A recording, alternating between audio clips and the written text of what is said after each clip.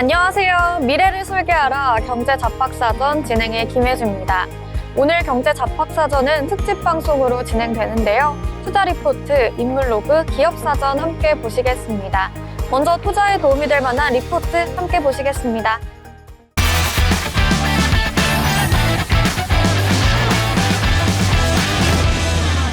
복잡한 리포트를 알기 쉽게 풀어드리는 리포트 브리핑 시간입니다. 더워도 정말 너무 더운 요즘입니다. 이 폭염과 열대야가 이어진 지난 7월, 전국의 평균 기온이 27.1도를 기록하면서 관측 이래 역대 두 번째로 더웠던 것으로 나타났는데요. 그런데 이 무더위가 단순히 우리를 지치게 할 뿐만 아니라 산업과 소비 패턴까지 바꿔놓고 있었다는 사실 알고 계셨나요? 이 DS투자증권에서는 이번 리포트에서 무더위로 인한 산업구조 변화를 수요와 전쟁이라는 키워드로 풀어냈습니다. 오늘은 그중에서도 다양한 산업 분야에 어떤 수혜와 기회가 생겨나고 있는지 집중적으로 한번 살펴보려고 합니다. 먼저 가전업종부터 짚어보겠습니다. 점점 일찍 찾아오는 더위에 에어컨을 찾는 손길의 시기도 점점 앞당겨지고 있습니다. 특히 올해는 이른 더위 덕분에 에어컨 성수기가 4월부터 시작됐다고 합니다. 대표적으로는 LG전자의 휘센 에어컨은 7월 1일부터 10일까지의 판매량이 전년 동기 대비 무려 170% 증가했습니다. 게다가 최근엔 에어컨을 구매하는 것이 아닌 구독하는 서비스도 증가하고 있는데요. 이 수요는 같은 기간 230%나 증가했다고 합니다. 여기서 또 주목할 만한 건 이제 우리나라뿐 아니라 유럽과 인도 같은 신흥국에서도 에어컨 보급률이 급격히 올라가고 있다는 점입니다. 그 이유로는 그게 급속한 도시화, 중산층 소득의 증가, 농촌 지역의 전력 보급 확대 등을 꼽아볼 수가 있는데요. 덕분에 LG전자 입장에서는 해외 시장 성장도 기대감도 높아지고 있는 상황입니다. 여기에 더해 단순 가정용뿐 아니라 산업용 냉방 수요도 크게 증가했다는 점 눈에 띄고 있습니다. LG전자가 생산하는 대형 냉각기인 칠러의 매출은 전년보다 3배 이상 늘어났는데 이는 폭염 속 산업 현장의 냉각 수요가 얼마나 중요한지를 보여주는 사례입니다. 다음은 화장품 업종, 특히 선케어 시장 한번 살펴보겠습니다. 이 전년보다 이 선케어 무더위가 계속되면서 자외선 차단제는 어느새 연중 필수품이 됐습니다. 올 상반기 국내 화장품 수출은 전년 대비 20% 이상 증가, 이 중에서도 자외선 차단 제품 비중이 확연히 늘어났다고 합니다. 여기에서 또 주목해볼 만한 점이 바로 펜텍코리아라는 회사인데요. 이 회사는 우리가 올리브영이나 로드숍에서 흔히 보이는 K뷰티 자선제 차단제 용기를 거의 대부분 공급하는 업체로 잘 알려져 있습니다. 특히 올리브영의 입점 브랜드 중 70% 이상이 이 펜텍의 제품을 사용하고 있다는데 올리브영의 매출 규모를 생각해 보면 꽤나 눈에 띄는 기업이 아닐까 싶습니다. 게다가 미국이나 유럽 등 규제가 까다로운 시장에서도 위생, 안전 기준을 모두 통과해서 성장 기회를 확보하고 있다는 점도 큰 강점으로 짚어볼 수가 있겠습니다. 다음은 호텔 레저 업종입니다. 폭염으로 인해 많은 분들이 실내 휴양 혹은 국내 여행을 선호하게 되면서 국내 호텔과 리조트 예약률이 역대 최고 수준으로 올라왔습니다. 지난 5월 서울의 5성급 호텔 예약률은 86%, 거의 만실 수준이었고요. 부산, 대전 등 지방 호텔 예약률은 전년 대비 2배 가까이 증가했다고 합니다. 또 하나 흥미로운 변화는 중국 관광객의 복귀입니다. 최근 무비자 입국이 허용되면서 방한 중국인 수는 코로나 이전의 76% 수준까지 회복됐는데요. 이 흐름이 이어지면서 롯데 관광개발처럼 리조트와 카지노를 함께 운영하는 기업에는 큰 수혜가 될 것으로 전망됩니다. 여름하면 떠오르는 시원한 음식료와 외식 업종도 빼놓을 수가 없겠죠. 이 무더위엔 시원한 음료, 아이스크림, 가벼운 외식이 인기인데 여기에 정부의 소비 쿠폰 지급까지 맞물리면서 올 하반기에 실적 회복이 더욱더 뚜렷해질 것으로 보여집니다. 대표적으로 롯데칠성의 원재료 가격 부담이 줄어든 데다 최근 인기몰이 중인 제로칼로리 음료의 제품들이 매출을 견인하고 있습니다. 해외의 자회사 성과도 꽤나 긍정적으로 볼 수 있습니다. CJ 프레시웨이 외식 경기 회복과 함께 이 프레시원과의 합병 효과로 매출 확대가 기대됩니다. 또한 교촌 F&B는 가맹 사업 구조를 개편하면서 운영 효율성이 좋아져 영업이익이 전년보다 2배 가까이 늘어날 것으로 전망되고 있습니다. 그리고 여름이면 떠오르는 아이스크림 시장도 다시 한번 부활하고 있습니다. 빙그레, 롯데웰푸드는 저당, 고단백 같은 건강 트렌드에 맞는 제품을 선보이며 수요 확대에 박차를 가하고 있죠. 마지막으로 에너지 산업, 특히 태양광 이야기를 빼놓을 수가 없을 텐데요. 데이터 센터 확장, 전기차 증가, 그리고 무엇보다 이 무더위, 이 모든 게 전력 수요를 사상 최대치로 끌어올렸습니다. 미국에선 전력 수요가 매년 기록을 갈아치우고 있고 우리나라 역시 전력 수요가 사상 최초로 100기가와트를 돌파했는데요. 7월 들어선 하루 전체의 전력의 30% 태양광이 공급될 만큼 이제는 에너지 수급의 핵심 축으로 자리 잡았다는 평가입니다. 여기서 떠오르는 기업이 바로 HD현대 에너지솔루션입니다. 탄탄한 기술력과 수요 확대에 힘입어 향후 태양광 시장 주도권을 이어갈 것으로 내다보고 있습니다. 이처럼 더위는 단순히 날씨만의 문제를 넘어 산업과 소비의 구조 자체를 변화시키고 있습니다. 무더위가 계속될수록 관련 업종의 수혜도 기업들에게도 더 많은 기회가 생길 수 있을 텐데요. 계속해서 주목해 보시면 도움되실 것 같습니다. 이상 투자 리포트 전해드렸습니다.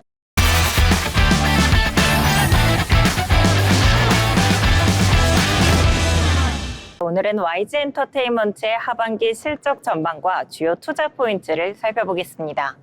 YG엔터테인먼트가 하반기 사상 최대 MD 실적을 기록할 것으로 기대되면서 목표 주가는 향상됐습니다. 지난해 하반기부터 4분기 연속으로 시장 예상치를 웃도는 실적을 기록했는데요. 특히 블랙핑크의 대규모 월드 투어 실적이 반영되기 전이라는 점에서 의미가 굉장히 큽니다. 저연차 IP의 외형 성장이 본격화되면서 이 기여도가 높은 음원과 MD 매출이 성장했고 제작비 효율화에 따른 영업 레버리지 효과도 이어지고 있습니다. 여기에 하반기에는 블랙핑크가 합류하면서 사상 최대 실적이 예상됩니다. 현재 공개된 투어 규모는 회당 관객 수 기준 직전 투어 대비 2배 이상입니다. MD 강화 전략과 맞물려 실적 기대감은 더욱 커지고 있습니다. 7월 블랙핑크 월드 투어 재개 이후 글로벌 전역에서 팝업 스토어가 열렸고 특히 8월부터는 중국 5개 지역에서 대규모 팝업이 진행 중입니다. 해외 MD 매출이 고성장하면서 이익 레버리지 효과가 본격화될 것으로 보이며 캐릭터 상품 등 일상생활에서 사용 가능한 대중적 매력을 갖춘 MD 라인업 확대와 현지 브랜드와의 협업을 통해 매출 극대화가 가능하다는 평가입니다. 주요 그룹들의 신보 발매 일정도 대기 중입니다. 9월에는 트레저, 10월에는 베이비몬스터, 연내 블랙핑크가 앨범을 발매할 예정입니다. 또한 내년 신인 보이그룹과 이후 신인 걸그룹 데뷔 계획도 있어 단일 IPO 의존도는 점차 줄어들 전망입니다. 이후 2분기 실적 한번 살펴보겠습니다. 매출액은 1,004억 원으로 작년 대비 12% 증가했고 영업이익은 84억 원으로 흑자 전환했습니다. 음원 매출액은 198억 원으로 신보 발매 부재에도 베이비몬스터 음원 스트리밍이 견조하게 유지되며 기존 예상치를 크게 웃돌았습니다. MD 매출액은 192억 원으로 전년 대비 17% 증가했는데요. 이는 베이비몬스터 MD 매출 일부가 로열티로 반영된 수치입니다. 블랙핑크 직전 월드 투어 당시 분기 평균 MD 매출은 약 190억 원, 분기 최고치는 244억 원이었는데 이번엔 이미 체질 개선이 뚜렷하게 나타나고 있습니다. 콘서트의 경우 2분기에는 베이비몬스터가 월드 투어 17회, 트레저 팬콘 14회가 진행됐으며 3분기에는 블랙핑크 월드 투어 15회, 베이비몬스터 북미 투어 6회가 예정되어 있습니다. 저회사 YG 플러스의 2분기 매출액은 483억 원, 영업이익은 42억 원으로 전년 대비 1030% 급증했습니다. K-팝 그룹 유튜브 월간 조회수 탑5를 보면요. 블랙핑크가 4억 7천만 회, 트와이스 3억 회, BTS 2억 7천만 회, 베이비몬스터 2억 3천만 회, 스트레이키즈가 2억 회를 기록했는데요. 이 중 베이비몬스터는 데뷔 2년 차임에도 이례적으로 빠른 글로벌 팬덤 확장을 보이고 있습니다. 특히 3분기에는 첫 북미 투어를 앞두고 있어 투어 MD 음원 고성장이 전사 수익성 개선으로 이어질 전망입니다. 7월에는 베이비몬스터와 블랙핑크 모두 신곡을 발표했습니다. 이에 따라 스트리밍은 지속적으로 우상향할 가능성이 높습니다. 베이비몬스터는 신곡 발매 기념 MD도 출시해 8월 일본과 중국 등에서 팝업 스토어를 운영하며 음원과 MD 관련 실적 상향 기대감을 키우고 있습니다.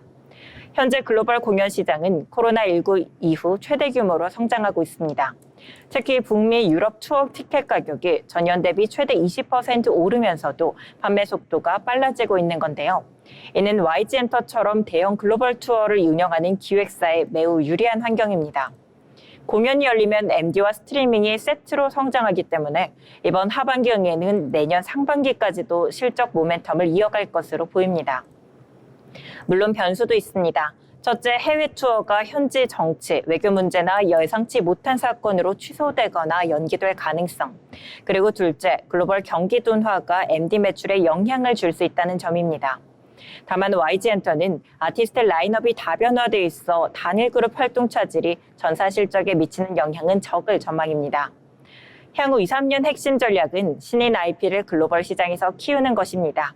베이비몬스터가 북미 시장에서 성공적으로 자리 잡는다면 블랙핑크 이후 차세대 메가 IP로 성장할 가능성이 큽니다. 이를 기반으로 MD, 콘텐츠, 공연을 통합한 수익 구조를 강화하겠다는 계획입니다. 정리하자면 YG엔터테인먼트는 하반기 사상 최대 실적이 기대되며 중장기 성장 동력도 탄탄합니다. 저연차 IP 확장, MD 매출 고성장, 그리고 대규모 앨범 투어 일정이 맞물리면서 매출과 이익 모두 상승세를 이어갈 것으로 전망하고 있습니다. 목표 주가 상향과 함께 장기 투자 매력도 충분하다는 분석입니다. 이상 리포트 브리핑이었습니다.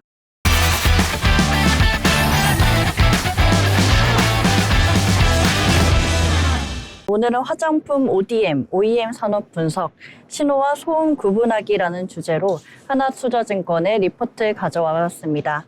OEM이란 쉽게 말해 화장품 브랜드가 제품 기획과 마케팅에 집중할 수 있도록 제조를 전문 업체에 맡기는 구조를 말합니다. 이 시장은 K-뷰티의 성장과 함께 글로벌 시장에서 빠르게 규모를 키워왔는데요. 최근 흐름과 하반기 투자 전략 포인트까지 차근차근 살펴보겠습니다. 먼저 산업 전반 현황부터 보겠습니다. 최근 한국콜마의 2분기 실적이 시장 기대치를 하회하면서 업계 전반적으로 투자 심리가 흔들렸습니다. 그 결과 갑작스러운 주가 조정이 나타났는데요. 그럼에도 불구하고 산업 자체는 여전히 건강한 성장세를 보여줍니다. 2025년 1월부터 7월까지 한국 화장품 수출액은 전년 대비 14.1% 증가하며 역대 최대치를 경신했습니다. 특히 미국과 동남아시아에서 고성장이 두드러졌고 선케어 기초화장품 카테고리가 수출을 이끌었습니다. 다만 이 산업은 제품 종류가 수십 가지에 달하고 신제품 출시 주기가 짧기 때문에 진입 장벽이 낮습니다.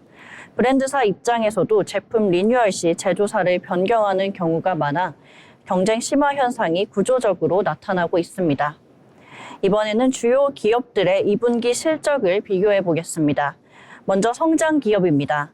코스맥스는 분기 최대 매출을 달성하며 영업이익 608억 원으로 전년 대비 30% 이상 증가했습니다. 코스메카 코리아는 매출 1,617억 원, 영업이익은 235억 원으로 전년 대비 두 자릿수가 성장했고요. 잉글루드랩은 매출이 575억 원, 영업이익은 101억 원으로 분기 최대 실적을 기록했습니다. 반면 실적 부진 기업은 한국콜마입니다. 매출은 7,308억 원, 영업이익은 735억 원으로 기대치 대비 각각 1%와 11% 하회했습니다. 이렇게 차이가 나는 이유는 분명한데요. 글로벌 시장 확장과 제품 다변화를 해온 기업들은 각 지역에서 성장 기회를 확보했지만 특정 품목과 고객사 의존도가 높은 기업은 변화에 취약했던 겁니다. 네, 이번에는 주가 조정의 구체적인 배경을 살펴볼 텐데요. 한국콜마의 핵심 제품인 선케어의 매출 성장률은 11%로 코스맥스, 코스메카 코리아와 큰 격차를 보였습니다. 선케어는 고마진 품목은 아니지만 여름 성수기에는 대량 발주로 이익 레버리지 효과가 커집니다. 그런데 이번 성수기에 기대치를 밑돌면서 실망감이 조금 커졌습니다. ODM 시장은 기술 장벽이 낮고 제조사 교체가 쉽기 때문에 제품 리뉴얼 시 고객사가 경쟁사로 이동하는 경우가 많습니다. 이러한 경쟁 구조가 추가 조정의 또 다른 원인으로 작용을 한 상황입니다. 네, 그렇다면 앞으로의 전망은 어떨까요? 먼저 K-뷰티의 글로벌 경쟁력은 여전히 견고합니다. 기술력과 트렌드 선도력이 유지되고 있고 특히 미국과 동남아 수출이 꾸준히 확대되고 있습니다.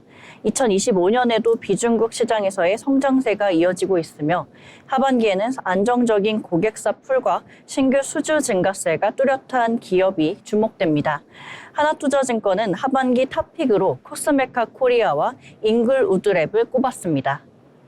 코스맥스의 2분기 매출은 6,236억 원, 전년 대비 13.1% 증가했고 영업이익은 608억 원으로 30.2% 증가했습니다. 영업이익률은 9.8%로 수익성이 개선됐습니다. 지역별로 보면 한국, 미국, 동남아시아에서 모두 두 자릿수 성장을 기록했고 중국만 소폭 부진했습니다. 이 회사는 다양한 지역과 제품군에서 안정적인 성장 기반을 갖추고 있어 목표 주가가 27만 원, 바이 의견이 유지됐습니다. 다음으로 한국콜마는 2분기 매출 7,308억 원, 영업이익 735억 원으로 기대에 못 미쳤습니다. 특히 선케어 성장률이 11%로 부진했고 주요 고객사 의존도도 19%로 여전히 높습니다. 다만 미국 이공장 수주분이 매출에 반영되면 단기적인 실적 반등은 가능할 전망입니다. 하지만 장기적으로는 경쟁 심화로 인한 시장 점유율 방어가 과제로 남아 있습니다. 다음으로 코스메카 코리아는 2분기 매출 1,617억 원, 영업이익은 230억 원을 기록하며 시장 기대치를 크게 웃돌았습니다. 하반기에도 27% 성장률이 예상되며 인디브랜드 수주 확대와 OTC 제품 라인업 강화가 실적을 뒷받침하고 있습니다. 미국과 한국 모두에서 안정적인 고객사 풀을 확보했고 목표 주가는 10만 원으로 상향 조정됐으며 이 또한 바이 의견이 유지됐습니다. 네, 마지막으로 잉글우드랩 실적 살펴보겠습니다. 2분기 매출은 575억 원, 영업이익은 101억 원으로 전년 대비 각각 25%, 133.5% 증가하며 분기 최대 실적을 달성했습니다. 미국 인디브랜드 수주가 크게 늘었고 한국에서도 OTC 제품 출시로 제품 라인업이 다각화됐습니다. 네, 목표 주가는 2만 원으로 상향됐으며 바이 의견이 유지됐습니다. 하반기 화장품 OEM 업계는 밸류에이션 확장 가능성이 제한적입니다. PER 부담이 큰 CNC 인터내셔널은 보수적인 접근이 권고되고 있습니다. 반면 안정적인 고객사 풀과 신규 수주 증가세를 보이는 코스메카 코리아와 잉글우드랩이 하반기 탑픽으로 제시됐습니다. 코스메카 코리아의 2025년 PER은 15.9배, 잉글우드랩은 17.2배 수준입니다. 산업 성장세는 여전히 유효하지만 종목별 성과 격차가 커지고 있는 만큼 선별적인 투자가 필요해 보입니다. 지금까지 리포트 브리핑이었습니다.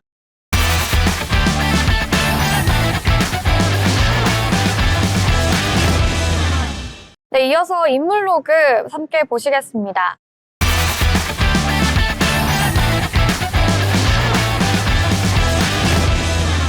오늘 만나볼 인물은요. 세계적으로 7,500만 장 이상 판매된 배틀그라운드의 주역이자 또 한 우물을 판 끝에 K게임의 신화를 써내려간 인물입니다. 바로 노력하는 천재 김창한 크래프톤 대표인데요. 이 김창한 대표는 1974년 서울에서 태어났고요. 경기과학고를 거쳐서 카이스트 전산학과 학사, 석사, 박사 학위를 모두 취득했습니다. 박사 과정을 하는 중에는 게임 기업인 이매직에서 기술팀장을 맡았고 넥스트플레이와 진우게임즈에서 CTO와 개발 프로듀서직을 거치기도 했는데요. 2015년 진우게임즈가 전에 블루홀, 지금의 크래프톤에 인수되면서 펍지 스튜디오 개발 본부장으로 합류를 했고요. 2017년에는 배틀그라운드 개발을 이끌면서 세계적인 성공을 거두게 됩니다. 배틀그라운드는 출시 3일 만에 무려 35만 장을 판매했고요. 2년 반 만에 세계 판매량 5위에 오르면서 개발비 대비 700배 이상의 수익을 내기도 했습니다. 이 성공을 발판으로 2020년 크래프톤 대표이사에 오른 김창한 대표는 배틀그라운드의 의존도를 줄이기 위해 신작 개발과 IP 확장에 계속해서 힘을 쓰고 있습니다.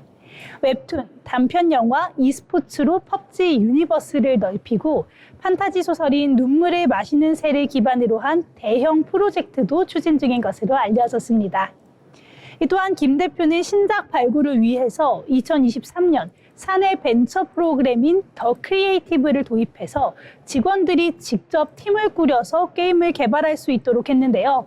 또 AI와 메타버스 같은 미래 기술에도 적극적으로 투자하면서 버추얼 휴먼인 애나, AI 기반의 신작인 인조이를 선보이고 있습니다.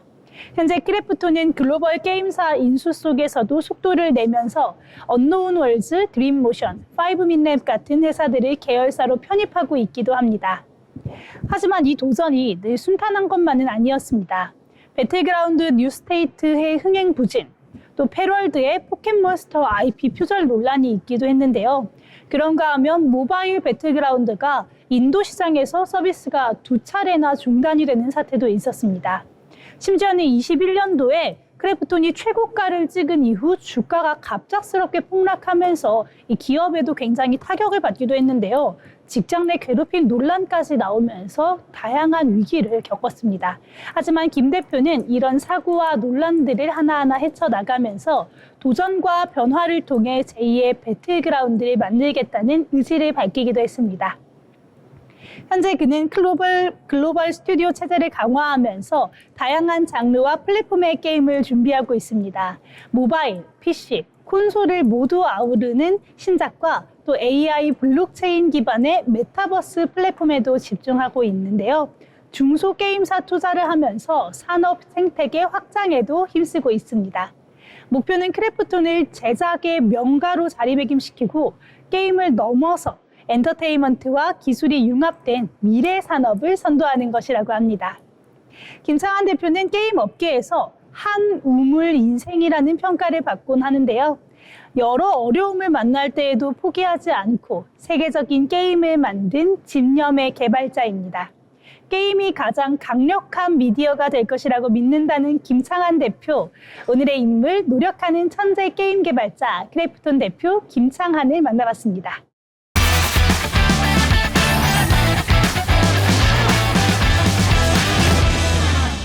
오늘 소개해드릴 인물은요. 모바일 메신저 카카오톡 하나로 대한민국의 소통 방식을 바꿔놓은 창업자이자 자산의 절반 이상을 사회에 기부한 기업인 바로 김범수 카카오 의장입니다. 김범수 의장은 1966년 서울에서 태어나 서울대 산업공학과를 졸업했습니다. 어린 시절 넉넉하지 않은 형편 속에서도 컴퓨터만 있으면 세상을 바꿀 수 있다. 이런 믿음으로 프로그래밍에 빠졌다고 합니다. 대학 졸업 후 삼성 SDS에서 직장 생활을 하다가 1998년 벤처 바람이 불던 시기에 회사를 나와 동료들과 함께 한 게임을 창업하게 됩니다. 이후 네이버와 합병하며 국내 대표 포털 NHN을 공동 창업하게 되죠. 하지만 당시 김범수 의장은 경영 철학의 차이로 NHN을 떠나게 됩니다. 그리고 모든 것을 내려놓고 미국으로 건너가 3년 동안 이른바 방황의 시기를 걷게 되는데요. 이때 공백이 이후 카카오의 탄생으로 이어지게 됩니다. 2010년 김범수 의장은 스마트폰 시대에 주목하며 모든 사람의 주소록에 존재하는 앱을 만들겠다는 목표로 모바일 메신저 카카오톡을 출시합니다. 당시만 해도 네이버나 다음 같은 대형 포털과의 경쟁이 무모해 보였지만 무료 문자 서비스와 간결한 UI, 푸시 알람을 최초로 도입한 기술 혁신으로 카카오톡은 단숨에 국민 메신저로 자리 잡게 됐습니다. 그리고 이 하나의 메신저를 기반으로 카카오 게임즈, 카카오뱅크, 카카오페이, 카카오티 등 다양한 생활 밀착형 플랫폼이 파생되며 김범수는 생활 플랫폼 제국을 일군 인물로 평가받았습니다. 하지만 김범수 의장의 진면목은 성공 이후에 드러납니다. 2021년 그는 자산의 절반 이상을 사회에 환원하겠다고 약속하며 1조 원 이상 규모의 기부를 공표했습니다. 이어서 사회 문제 해결을 위한 비영리 사단법인인 아르떼를 설립해 청년 창업, 교육, 정신건강, 디지털 격차 같은 다양한 공익 프로젝트를 지원하게 되죠. 그는 기업가는 문제 해결자여야 한다는 철학 아래 성공한 자가 사회를 위해 무엇을 할 수 있을지를 끊임없이 고민해왔습니다. 하지만 김범수와 카카오의 여정이 늘 순탄하지만은 않았습니다. 카카오의 계열사 수는 한때 100곳이 넘었고 문어발 확장, 시장 독점 논란, 택시 기사와의 갈등, 웹툰 콘텐츠 종사자 착취 이슈 등으로 상색이라는 카카오의 슬로건이 무색하다는 비판 여론이 거세졌습니다. 2022년에는 주요 계열사들의 주가가 급락하고 이사회 리더십에 대한 책임론이 불거지자 김범수 의장은 카카오 이사회 의장직에서 물러나고 향후 경영에서는 한 발 물러서게 됩니다. 그럼에도 그는 기술과 철학의 균형을 잃지 않기 위해 노력 중입니다. 현재 김범수는 자신이 만든 카카오의 기반 위에서 미래 이니셔티브 센터를 통해 AI, 블록체인, 공공기술 등 새로운 사회적 가치 창출에 집중하고 있고요. 아르테를 통해 기술 기반의 공익 스타트업 생태계를 키워가고 있습니다. 또한 그는 이타적 자본주의, 즉 이윤도 추구하되 사회적 책임을 다하는 기업 모델을 한국에서도 정착시키는 것이 자신의 남은 과제라고 말하고 있습니다. 김범수는 성공한 창업가라는 수식어에 그치지 않습니다. 끊임없이 실험하고 실패를 인정하며 사회에 기여하려는 노력까지 병행하는 인물입니다. 그의 삶은 기술로 세상을 바꿀 수 있다는 신념, 기부로 완성되는 리더십, 그리고 실패에서 배운 성장이라는 키워드로 요약할 수 있습니다. 오늘 소개한 인물, 대한민국 소통 플랫폼의 창업자이자 문제 해결형 기업가 김범수 의장이었습니다.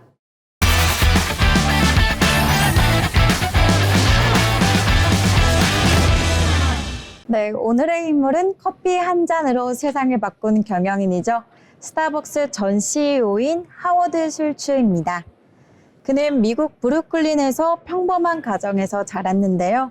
대학 졸업 후 제록스에서 영업사원으로 일을 하다가 1982년 스타벅스의 마케팅 디렉터로 합류하게 됩니다. 하지만 당시 스타벅스는 지금처럼 커피를 판매하는 매장이 아니라 원두와 커피 기구만 파는 작은 회사였는데요. 1983년 출장차 방문한 이탈리아 밀라노에서 그는 인생의 전환점을 맞습니다. 에스프레소 바에서 사람들이 커피를 마시며 대화를 나누는 모습을 보고 커피를 단순한 음료가 아닌 일상 속 쉼으로 인식하게 된 건데요. 그동안 미국의 빠르고 건조한 커피 문화와는 전혀 달랐다고 합니다. 하지만 당시 스타벅스 경영진은 이탈리아식 카페 모델에 회의적이었습니다. 결국 슐츠는 과감히 회사를 나와서 일지오날레라는 카페를 직접 차리게 되는데요. 그리고 1987년 투자자들의 도움을 받아 스타벅스를 인수하고 CEO로 취임하게 됩니다. 이때부터 스타벅스는 한 잔의 커피가 아니라 경험과 이야기를 파는 브랜드로 성장하기 시작했습니다. 매장 곳곳에 스토리텔링 요소를 담고 향, 음악, 인테리어까지 고객 경험의 일부로 설계를 했는데요. 그는 스타벅스를 미국 전역으로 그리고 세계 무대로 넓혀갔습니다. 하지만 무한한 확장 뒤에는 그림자도 있었는데요. 2000년 CEO 자리에서 물러난 후 2008년 브랜드 정체성이 약해지기 시작했고요. 거기에 금융위기까지 겹치면서 매출과 주가가 동시에 하락하게 됐습니다. 그때 슐츠는 다시 CEO로 영입을 복귀했는데요. 그리고 첫 결정은 꽤 파격적이었습니다. 2008년 2월 26일 미국 내 총 7,100개 직영 매장의 문을 닫고 약 3시간 반 동안 모든 바리스타에게 커피 엑설런스라는 재교육을 실시했습니다. 이 과정에서 그는 완벽한 한 잔의 커피는 기술과 마음이 함께 해야 한다는 원칙을 직원들과 다시 공유했습니다. 물론 단기적으로는 꽤 큰 손실이 있었지만 장기적으로 보면 고객과 직원의 신뢰를 되찾는 전환점이 됐는데요. 또 여기서 그는 멈추지 않았습니다. 혁신 어젠다 7가지를 통해 기업 체질을 재정비했고요. 리더십 컨퍼런스를 부활시켜 직원 간 유대감을 형성했습니다. 또 고객 충성도를 높이기 위해 마이 스타벅스 리워드 프로그램을 도입하기도 했고요. 윤리적인 원두 구매와 지역사회 중심 매장 운영, 메뉴 다각화를 추진했습니다. 그 결과 불과 2년 만에 매출은 사상 첫 100억 달러를 돌파했습니다. 슐츠는 올해의 CEO, 그리고 타임지가 뽑은 세상에서 가장 영향력 있는 100인에 오르며 경영 복귀를 완벽히 성공시켰습니다. 무엇보다 그는 직원들을 단순한 직원이 아닌 파트너로 대했습니다. 의료 혜택, 학자금 지원, 스톡 옵션을 제공해 회사의 성과와 성장을 함께 나누는 구조를 만들었는데요. 또한 사회적 책임을 강조하며 지속 가능한 기업 모델을 추진해 왔습니다. 스타벅스를 단순한 커피 판매점이 아닌 전 세계인이 찾는 문화 공간으로 바꾼 경영인 지금까지 하월드 슈츠였습니다.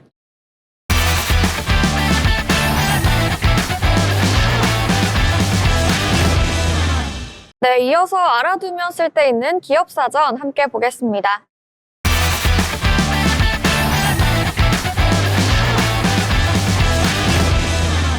네, 오늘은 대한민국 뷰티업계 양대 산맥 LG 생활건강에 대해서 자세히 알아보도록 하겠습니다. LG 생활건강은 생활용품부터 화장품, 건강기능식품, 그리고 또 음료수까지 정말 다양한 제품을 생산하고 판매하고 있는 기업인데요. 먼저 간단히 어떻게 시작이 됐는지부터 알아보도록 하겠습니다. LG생활건강은 1947년 구인회 회장이 부산에서 락키 화학공업사를 설립하고 럭키크림을 생산하면서부터 시작됩니다. 1954년에는 국내 최초로 독자 개발 개별 튜브 치약인 럭키 치약을 생산했고요. 이후에도 꾸준히 비누, 샴푸, 중성세제, 또 퐁퐁 등을 출시하면서 영역을 넓힙니다. 2007년에는 한국 코카콜라 보틀링을, 2009년에는 다이아몬드 샘물을 인수하면서 식품 산업에도 본격적으로 진출했고요. 2010년에는 K뷰티의 시초라고 할 수 있죠. 더 페이스샵을 인수했고 2013년에는 일본의 에버라이프 등도 인수하면서 사업 영역을 점점 더 확장합니다. LG생활건강은 절대로 소비가 안 될 수가 없는 생활 필수품을 제조하고 판매하는 분야이기 때문에 대표적인 경기 방어주로 꼽히면서 승승장구합니다. 특히 역대 최장수 CEO인 차석용 전 부회장 재임 기간 동안은 18년 동안 매분기마다 매출과 영업이익 모두 신장되기도 했죠. 하지만 2022년 차석용 부회장의 18년 재임 기간 중 처음으로 매출이 감소했는데 중국의 봉쇄 여파 때문이었습니다. 당시 LG생활건강은 별이 서운 그대 등 중국에서 인기를 끈 한류 드라마 열풍에 힘입어서 이 하이엔드 화장품 브랜드인 후를 전면에 내세웠는데요. 황후의 뷰티 레시피라는 컨셉과 그에 맞는 화려하고 또 고급스러운 화장품 용기가 맞아떨어지면서 중국에서 대부분의 수익이 나게 됩니다. 중국인 관광객들이 주로 면세점에서 사가는 식으로 판매가 됐는데 코로나19로 하늘길이 막히면서 이런 판매 역시 급감합니다. 이후에는 뷰티 시장의 트렌드가 다소 바뀌는데요. 공격적인 인플루언서 마케팅과 할인 정책으로 다른 브랜드들이 매출을 올리기 시작했지만 후는 그렇게 하지 않았습니다. 일단 주 컨셉인 한방의 이미지가 요즘 세대들과 맞지 않았고요. 또 인플루언서 마케팅도 적극적으로 하지 않았습니다. 인플루언서 마케팅은 주로 대폭 할인이 함께 들어가는데 샤넬, 랑콤과 같은 하이엔드 브랜드 화장품을 지향하는 후는 가격 정책에 부담을 느낀 탓인지 이런 시도를 하지 않았죠. 이 때문에 현재 후는 K뷰티 시장에서 이렇다 할 활약을 하지 못하고 있는 상황입니다. 올해 2분기 지난 실적이 지난 31일 발표됐습니다. 2025년 2분기 연결 기준 매출은 1조 6,049억 원, 영업이익은 548억 원을 기록했는데요. 이는 전년 동기 대비 각각 8.8%, 65.4% 감소한 수치로 글로벌 프리미엄 브랜드의 성장세도 불구하고 경기 회복 지연과 원가 부담 등 외부 변수로 인해서 타격을 받은 것으로 풀이됩니다. 하지만 새로운 활로도 적극적으로 모색하고 있는데요. 지난 6월에는 홈 뷰티 디바이스인 LG 프라의 슈퍼폼 갈바닉 부스터를 선보였습니다. 최근 K뷰티 시장의 대표적인 키워드는 바로 홈 디바이스죠. 슈퍼폼 갈바닉 부스터는 길이 9.5cm, 무게는 약 40g대의 가볍고 콤팩트한 사이즈와 10만 원대의 합리적인 가격을 선보이면서 이 홈 디바이스를 처음 접하는 소비자들의 진입 장벽을 낮췄습니다. 또 디바이스와 함께 사용할 수 있는 전용 화장품도 출시했는데요. 뷰티테크 시장에서의 도약을 기반으로 다시 한번 K뷰티 시장을 선도할 수 있을지 그 귀추가 주목됩니다. 지금까지 기업사전이었습니다.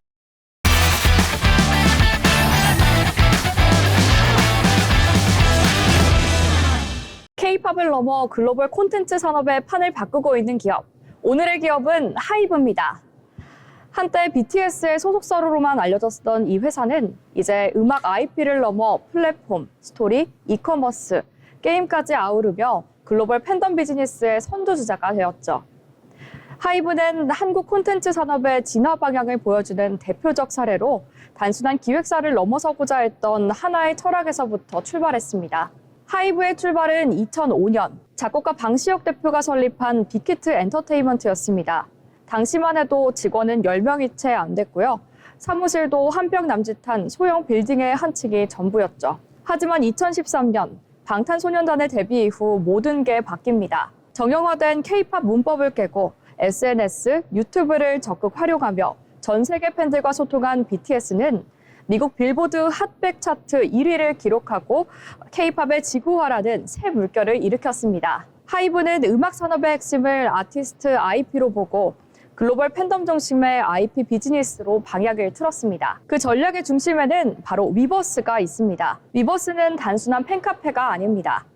공식 콘텐츠 감상, 라이브 방송, 커머스, 팬과의 소통까지 모든 기능을 한 곳에 담은 글로벌 팬 커뮤니티 플랫폼이죠. 2024년 기준 가입자는 7,500만 명을 돌파했고요. 단순한 커뮤니티를 넘어서 하이브의 직접 유통 채널로서도 중요한 역할을 하고 있습니다.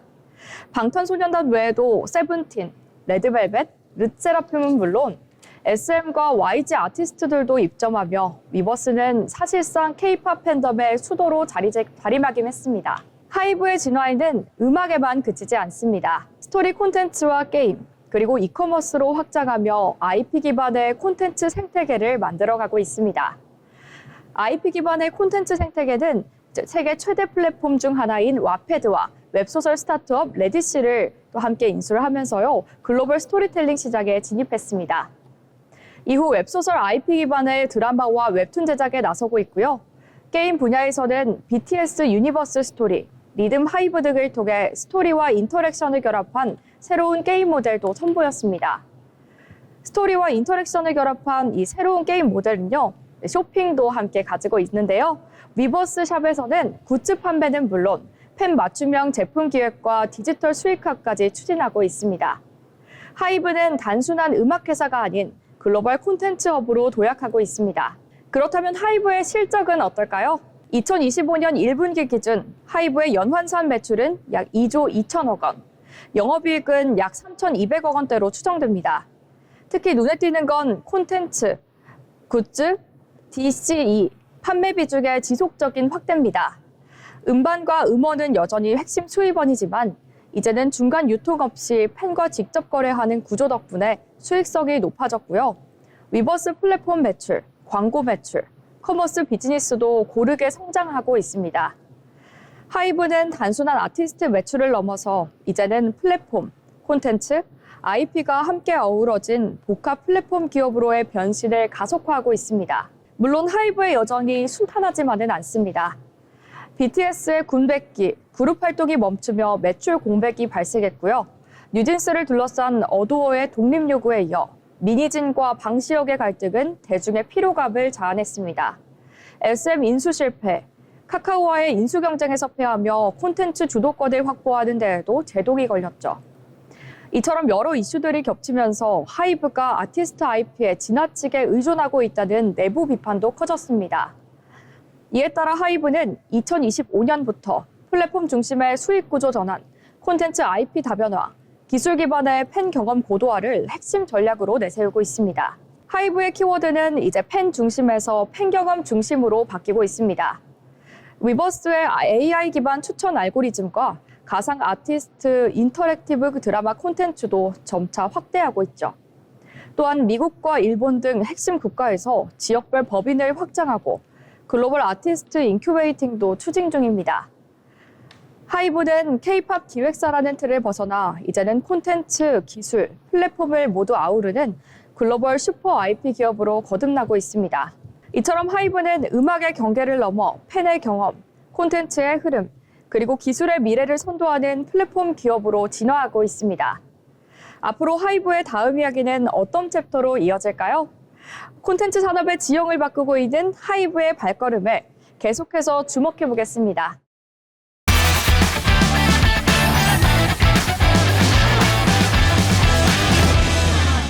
네, 한국인들에게 가장 사랑받는 술은 뭐가 있을까요? 바로 소주가 있죠. 오늘은 한국 주류 시장의 대표 절대 강자 하이트진로를 이야기해 보겠습니다. 하이트진로의 뿌리는 1924년 평안남도 용강에서 시작된 진천 양조상회입니다. 1954년 진로 상표를 공식 등록화했고요. 1년 뒤인 1955년에는 지금까지 사랑받고 있는 마스코트 두꺼비가 세상에 나왔습니다. 두꺼비는 다복과 행운, 부를 상징하며 소비자들에게 강한 인상을 남겼었죠. 그리고 1959년 국내 주류업계 최초로 CM송 광고를 선보입니다. 진로 파라다이스라는 곡이었는데요. 방영 1년 만에 판매량이 무려 25배나 늘면서 국민 주류의 자리를 굳혔습니다. 하지만 1980년에서 90년대 진로는 무리한 사업 확장과 외환위기의 직격탄을 맞으며 1997년 부도 위기에 몰립니다. 여기에 시장 점유율 경쟁력이 치열해지고 맥주 시장의 강자 하이트와의 경쟁에서도 어려움이 계속해서 이어졌는데요. 그러던 2005년 하이트가 진로를 인수하면서 오늘날의 하이트 진로가 탄생했습니다. 이 인수는 소주와 맥주 시장을 모두 아우르는 국내 최대 종합주류 기업의 출발점이 됐는데요. 이때부터 위기를 기회로 바꾼 결정적인 순간이 시작됐습니다. 국내 매출은 2022년 2조 4,976억 원에서 2024년 2조 5,992억 원으로 안정적인 성장세를 계속해서 이어가고 있고요. 해외 매출이 특히 눈에 띄게 증가하고 있습니다. 중국과 베트남 시장에서의 적극적인 마케팅과 현지화 전략 덕분이라고 생각이 드는데요. 베트남은 1968년 첫 수출 시장이 되었습니다. 최근에는 소맥 문화와 과일 소주 라인업이 현지 입맛을 사로잡으면서 2024년 1분기 39억 원, 2, 3분기 각각 113억 원의 매출을 기록했습니다. 또 여기에 내년 준공 예정인 베트남 공장은 연간 100만 상자 이상을 생산할 계획입니다. 이런 성과 뒤에는 하이트 진로만의 강력한 마케팅 전략이 있는데요. 먼저 특유의 뉴트로 감성이 있습니다. 푸른 병과 두꺼비 캐릭터를 전면에 내세워 출시 72일 만에 연간 목표였던 1000만 병을 달성했습니다. 또 맥주 시장에서 청정 라거 테라가 호주산 청정 메가와 자연 발생 탄산을 내세우며 출시 4개월 만에 두 자릿수 점유율을 기록했습니다. 네, 그리고 두 번째로는 두꺼비 캐릭터 산업 활용이 있는데요. 예시로 체험형 팝업 스토어 두껍상해가 있습니다. 컵과 피규어, 블루투스 이어폰, 휴대폰 케이스 등 한정판 굿즈로 완판 행진을 이어갔고요.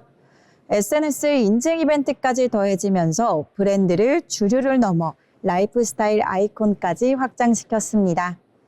해외에서는 진로 두꺼비 사냥 캠페인과 드라마 패러디가 동남아시아에서만 무려 누적 1000만 회 이상의 도달 수치를 기록했다고 하는데요. 최근 하이트 진로는 K-뷰티 시장에도 뛰어들었습니다. 계열사 서영 ENT가 화장품 ODM 기업 B&B 코리아 지분 전량을 인수하면서 사업 다각화에 나선 건데요. 앞으로의 목표는 2030년까지 소주 글로벌 매출 5천억 원 이상 달성, 그리고 새로운 성장축 확보로 보입니다. 하이트 진로는 또 선한 영향력까지 계속해서 힘을 쓰고 있는데요. 서울시와 함께하는 온기창고 비타민 프로젝트가 대표적입니다. 쪽방촌 주민들에게 매월 제철 식품을 공급하기도 하고요. 지분을 투자한 신선 식자재 스타트업인 미스터 아빠와 협업해서 유통구조 개선과 새벽 배송까지 연결하고 있습니다. 하이트 진로는 올해 창립 100주년을 맞아 영업이익 3에서 5%를 사회공헌에 쓰겠다고 밝혔습니다. 또 기업의 투자와 사회적 가치를 동시에 추구하는 새로운 모델을 계속해서 만들어가고 있는데요. 이렇게 위기를 기회로 바꾸고 국내를 넘어 세계로 뻗어가고 있는 기업, 지금까지 하이트 진로였습니다.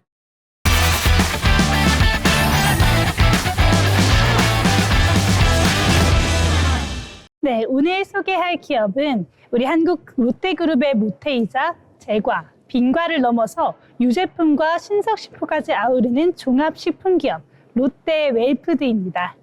우리에게는 롯데 제과라는 이름으로 더 익숙한 기업이죠. 1967년 롯데 제과라는 이름으로 첫 발을 내디딘 롯데는 껌과 과자, 아이스크림으로 시장에서 확고한 입지를 다졌는데요. 2022년에는 롯데푸드를 흡수 합병하면서 롯데그룹의 F&B 사업을 사실상 하나로 모았습니다. 그리고 2023년 창립 56년 만에 새 사명인 롯데 웰푸드로 변신하면서 건강과 글로벌 시장을 향한 도약을 선언했습니다. 롯데 웰푸드의 출발은 1967년 신격호 회장이 서울 용산구에 세운 자본금 3천만 원 규모의 롯데 제과였습니다. 당시 국내 껌 시장은 혜태 제과가 이미 장악을 한 상태였는데요. 하지만 롯데는 오렌지 볼껌, 바브 민트껌 같은 제품을 출시하면서 후발주자로 뛰어들었습니다. 1969년 영등포 양평동에 새 공장을 지으면서 대량 생산 체제를 갖췄고요. 1972년에는 주시 후레쉬, 또 후레쉬 민트, 스피아 민트를 선보이면서 껌 시장의 판도를 완전히 뒤집게 됩니다. 기존 제품보다 개수는 많고 가격은 그대로인 파격적인 전략을 앞세운 건데요. 결국 롯데제과는 껌 시장 점유율 1위에 오르면서 첫 전성기를 맞이하게 됩니다. 70에서 80년대의 롯데제과는 아이스크림, 초콜릿, 비스킷 같은 제품으로 제품군을 넓혔고요. 부산과 평택, 양산에 공산을 세웠는데요. 1984년에 미국 로스앤젤레스에 해외 지사를 세우면서 글로벌 시장에도 발을 디디기 시작했습니다. 1985년에는 86년도에 있는 서울 아시안게임과 88년도 서울 올림픽 공식 공급업체로 선정되면서 브랜드의 인지도를 크게 높였고요. 이후에는 중국과 인도, 베트남, 벨기에 등으로 진출 범위를 넓혀 나갔습니다. 우리 롯데 하면 떠오르는 제품들이 굉장히 많은데요. 껌 삼총사인 주시 후레쉬, 후레쉬 민트, 스피아 민트, 또 월드콘, 가나 초콜릿, 빼빼로까지 아주 다양한 제품이 있습니다. 또한 자일리토 껌으로 건강 껌이라는 새로운 시장을 만들기도 했는데요. 2006년에는 프리토레이와 계약을 맺고 치토스, 도리토스, 선칩 같은 글로벌 스낵 브랜드를 국내 생산 판매하기 시작했습니다. 롯데제과는 인수합병에도 굉장히 적극적이었는데요. 벨기에의 길리안, 베트남의 비비카, 카자흐스탄의 라하트, 국내 제빵업체인 브랑제리부터 인도 하브모어 아이스크림까지 다양한 회사를 품으면서 제품의 포트폴리오를 넓혀 나갔습니다. 나뚜루와 또한 제로 시리즈는 최근에 성장세를 이끌고 있는 효자 상품이 되어가고 있기도 합니다. 2022년 7월 롯데푸드와 합병을 하면서 아이스크림, 제과, 육가공, 유제품, 신선식품까지 한 회사에서 맡게 됐는데요. 2023년에는 사명을 롯데 웰푸드로 바꾸면서 건강과 웰빙 이미지를 전면으로 내세웠습니다. 대표 브랜드인 제로는 출시 2년 만에 매출 400억 원을 넘겼고요. 10개국 정도의 수출이 되면서 매출도 크게 성장하고 있습니다. 최근에는 생산 거점 재편에 속도를 내고 있는데요. 증평 제빵 공장을 매각했고요. 청주와 영등포 공장도 정리 대상에 올라 있는 상황입니다. 수원과 김천, 부산 세 곳으로 통합을 해서 효율적인 생산 체제를 만들 것이라고 밝혔는데요. 다만 국내 시장의 가격 경쟁, 또한 제로 식품들의 이 성분 표기로 인한 논란이 있었기 때문에 소비자의 신뢰 확보는 앞으로도 중요한 숙제가 될 것으로 보입니다. 이렇게 롯데 웰푸드는 껌과 과자로 시작해서 한국의 대표 식품 기업으로 성장해 나갔는데요. 56년의 전통 위에 새 사명을 올리고 지금은 건강과 글로벌 시장을 향해 다시 한 번의 변화를 준비하고 있습니다. 앞으로 어떤 방식으로 맛과 건강을 모두 잡을지 기대가 됩니다. 오늘의 기업사전 롯데 웰푸드 이야기는 여기까지입니다. 저는 다음에도 더 알차고 재미있는 내용으로 다시 찾아오도록 하겠습니다.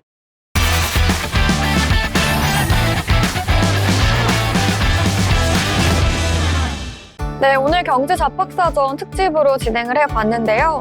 저희가 준비한 방송은 여기까지입니다. 시청해주신 여러분 고맙습니다.